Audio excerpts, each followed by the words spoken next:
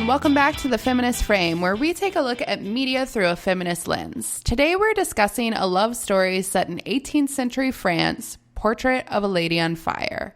This film, directed by Celine Sciamma, explores the love of two women, art, the myth of the muse, all told through a woman's gaze.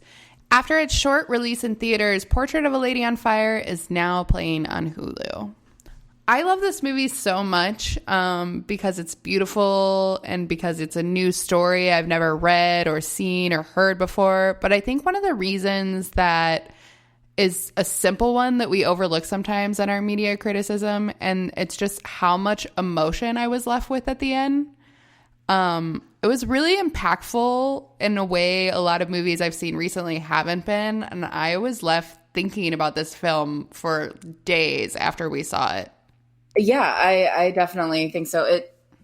It was so slow and calculated that it really just only gave you time to think, and really, sit with what the film was trying to do, the storyline. Like I loved that because that's not really an experience I get a lot of the times from film.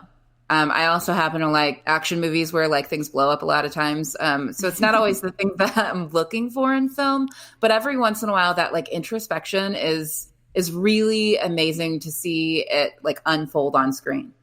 Yeah, absolutely.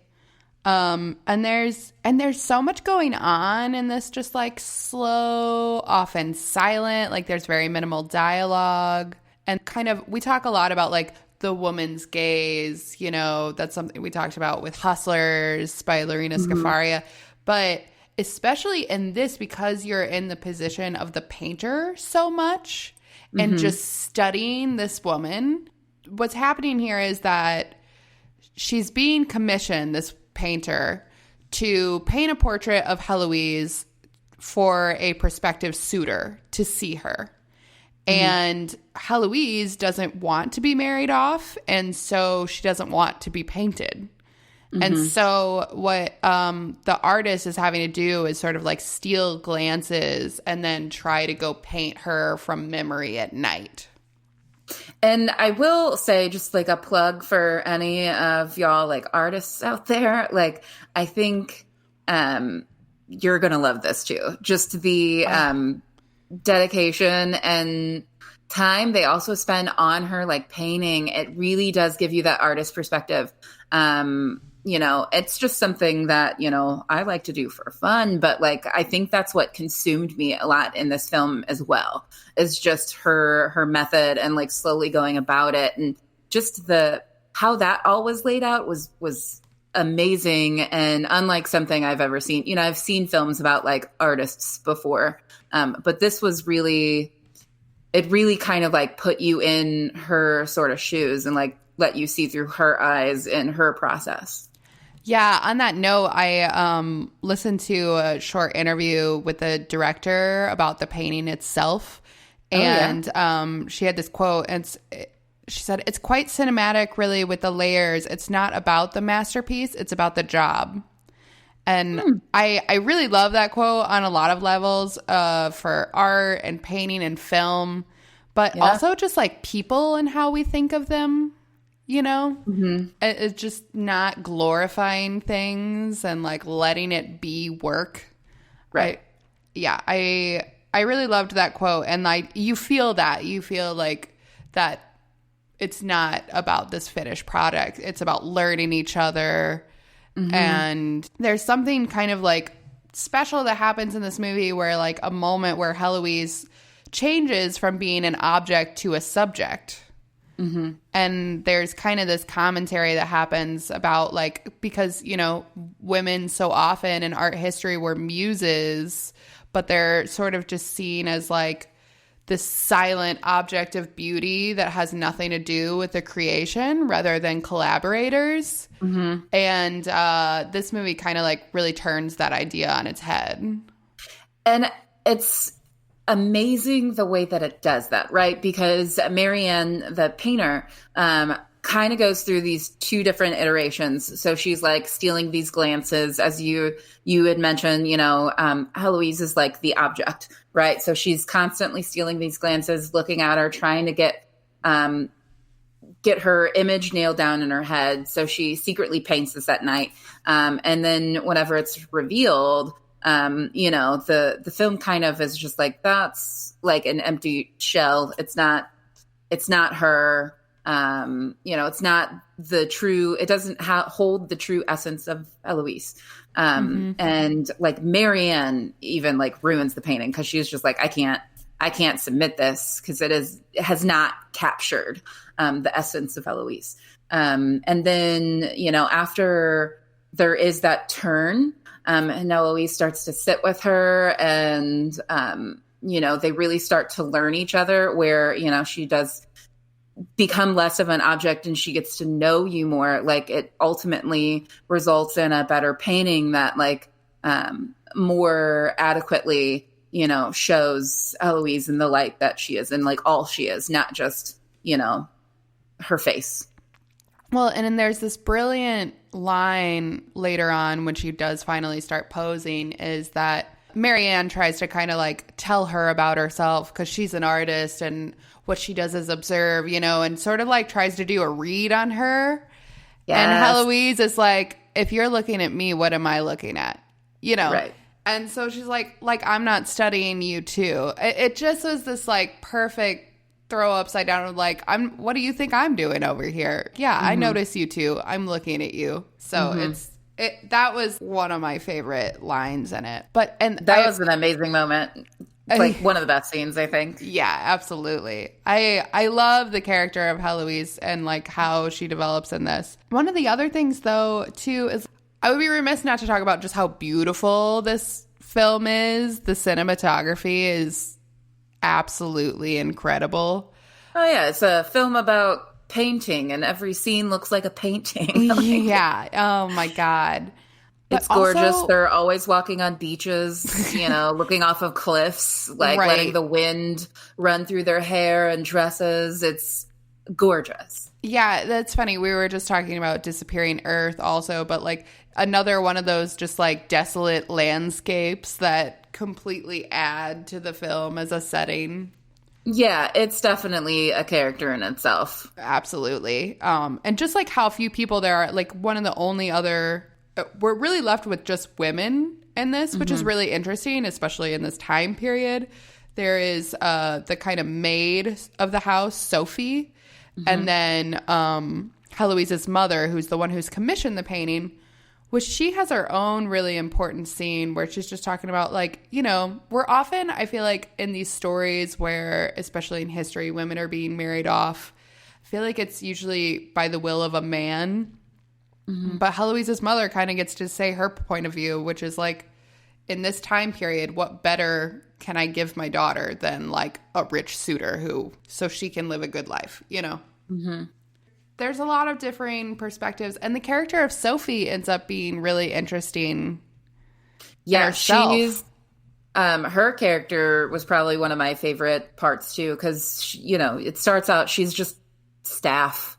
And you don't really think that she's going to come to play in this film as much as she does. And it's beautiful, like, friendship that they develop, as well as, they kind of really get into Sophie's story. And I don't know, are we going to spoiler time? Yeah, I think we should. And before we do, I mean, it's a slight spoiler, but I think it's something that made me love this movie even more. So up to you if you want to listen, or else just absolutely please go see this movie. Or actually, don't go see it. We saw it in theaters several weeks ago before, that wasn't a thing.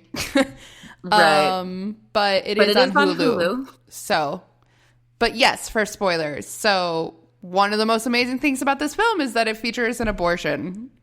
In 18th century France. Yeah, and I think they did it really well. So you find out Sophie's pregnant. So Sophie reveals this. So they try, these various home remedies that don't work, and have to go to, a woman in town. And I think what was the most interesting part of that scene, because by this time we've seen this in film before, but the painter Marianne and Eloise bring Sophie, and while the procedure is being performed, they're like in the room with her, and Eloise makes Marianne watch. Yeah, so she can remember to draw it later. And I thought that was, interesting. At first, she doesn't want to, not because she's opposed to the abortion, but like she sees that it is a painful procedure, and is just not necessarily like open to watching it. But like, I think it also just shows you what an amazing character Eloise is, that she's just like, no, this is important. Like you watch what's happening. Mm-hmm. Even though for her, I think she's the one who's the most removed from this, because there's also like this little bit of like classism where it's interesting, right? Because Heloise is like from a higher class than them, but she also has less experience. She's the only one who's a virgin out of the three of them. Mm-hmm. And they kind of talk about that at some point. So you can see that the lower class women like have a little bit more freedom though to mm-hmm. go out and have experiences and things like that. So that was kind of interesting as well.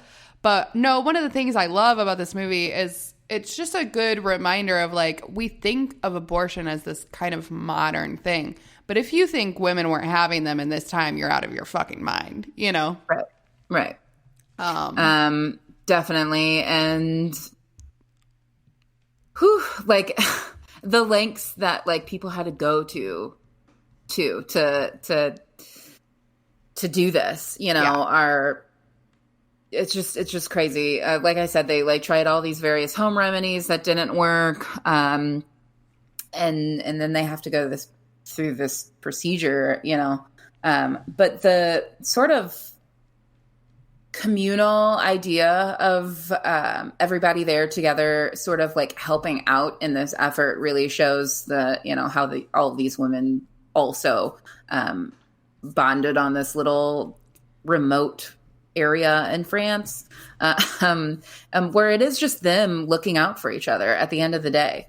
So that's cool something another thing that I kind of love about the story. And even though we were talking about this after we saw it, but it's like there's never any expectation that they're going to run away together and like, you know what I mean? That kind of like modern idea that they could just escape and be together and be in love forever. Like neither of them, mm-hmm. I don't think ever even like considers it, because it's not an option. And I think that was actually one of the most powerful scenes in this movie for me too, was this point in time where they have this discussion. Marianne's a little upset at Heloise because, the realization that like this is going to happen.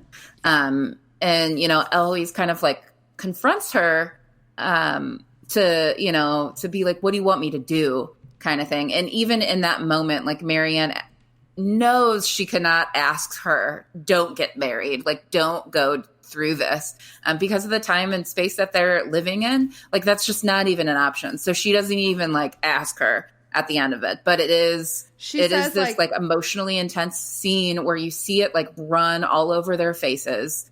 This like, I don't want this to happen, but like you kind of have to let it go because there's no other way. Well, and then you can see that Heloise is like somewhat upset with her because she won't ask her too. Yeah. Yeah. Where she's disappointed. But on the flip side, so that all seems like very tragic to me. And then like, how little agency Heloise has over her own life. But at the same time, at the flip side, with this abortion and with that, we're also not in like constant trauma porn. These women's lives aren't all tragedy, and we're not constantly just like dealing with, you know what I mean? Like we're not looking down at them through this lens of modern times and being like, oh, you poor women, because they have lives and they love and they have, they enjoy themselves. They play cards. They do different things. I don't know. It just felt a lot less condescending almost in some ways than like other historical. Period pieces. Yeah. I do want to talk about the music and